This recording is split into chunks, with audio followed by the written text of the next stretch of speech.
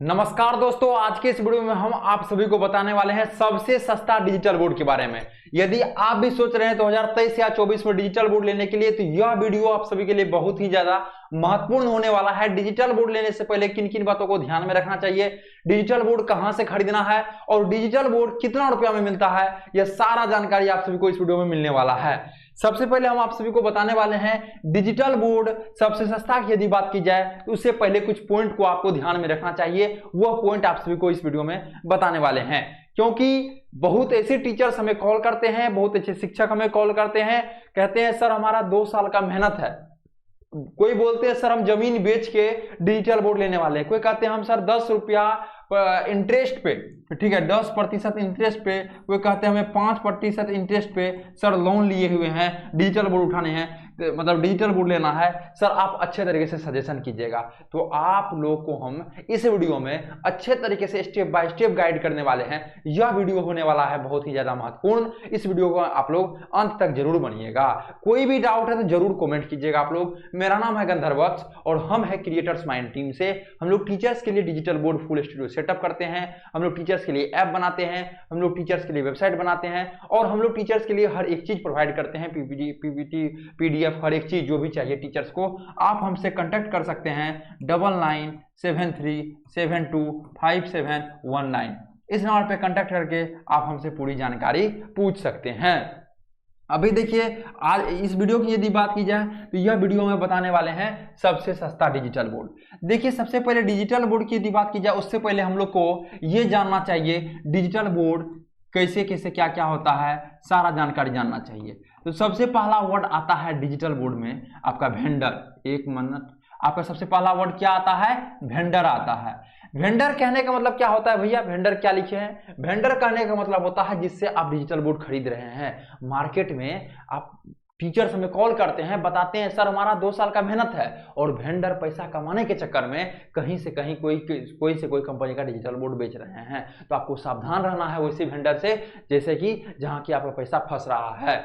तो आपको सबसे पहले वेंडर को अच्छा पकड़ना है। कैसे पकड़ेंगे, किससे लेंगे भैया, यही तो पता नहीं चल पाता है। डिजिटल बोर्ड के बारे में सब कहता है हम ही बेटर हैं, तो आपको बताते हैं इस वीडियो में किससे लेना है। ठीक है, वेंडर से ही आपको क्या मिलता है? आपको सर्विस। यहाँ पे जितना अच्छा वेंडर रहेगा उतना बढ़िया आपको सर्विस रहेगा। बहुत सारा कंपनी को देखे हैं, पेमेंट जाने के बाद कंपनी रिस्पॉन्स ही उस टाइप से नहीं करती है।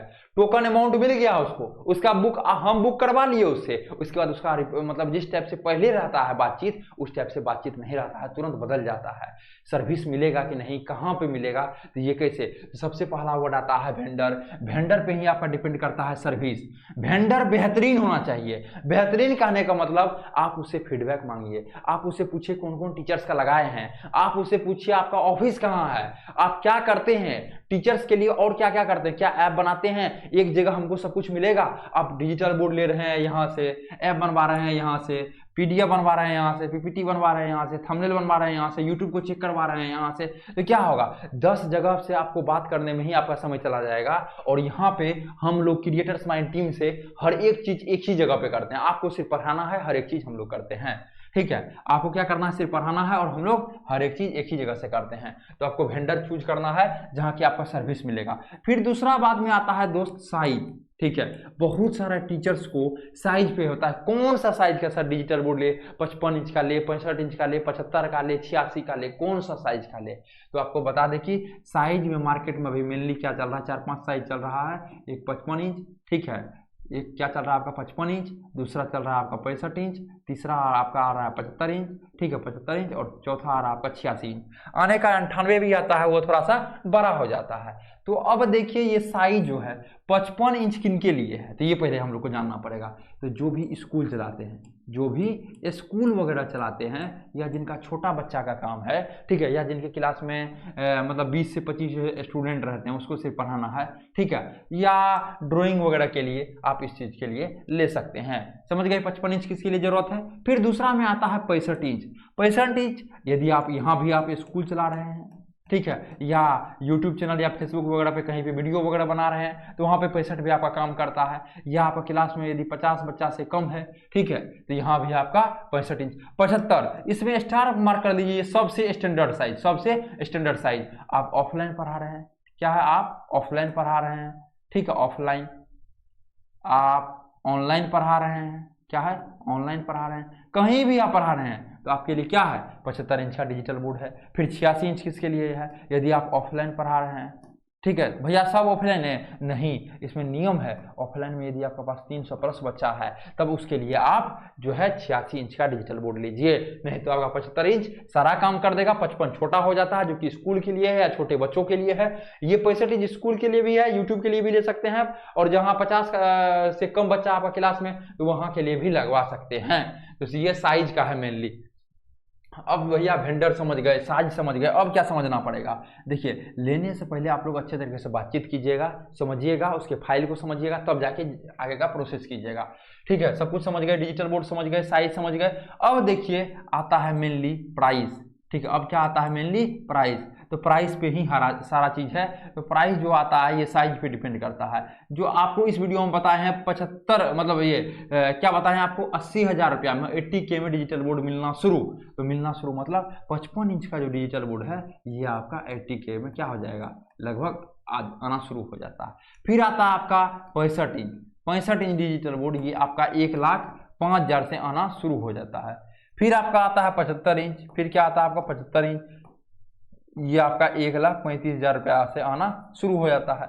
फिर क्या आता है आपका 86 इंच, ठीक है, 86 इंच, ये आपका जो है 2,10,000 से आना शुरू हो जाता है। तो डिजिटल बोर्ड समझ गए, ठीक है। कहाँ से लेना है, ऐसे वेंडर से लेना है जो कि डिजिटल बोर्ड के माध्यम से हमको और ज्यादा बेनिफिट्स पहुंचा सके, जैसे कि हम लोग ऐप वगैरह में है तो टीचर्स को एक ही जगह से सारा चीज हम लोग यहाँ से कवर करवाते हैं, जिससे कि टीचर्स को कहीं आगे चलकर कोई भी दिक्कत का सामना नहीं करना पड़े। तो आप समझ गए, सबसे पहले 86 इंच का ये प्राइस आपका पड़ेगा। तो 55 इंच का यदि आप लोग डिजिटल बोर्ड से अपना जर्नी को शुरुआत करना चाहते हैं तो 80,000 रुपया से कर सकते हैं।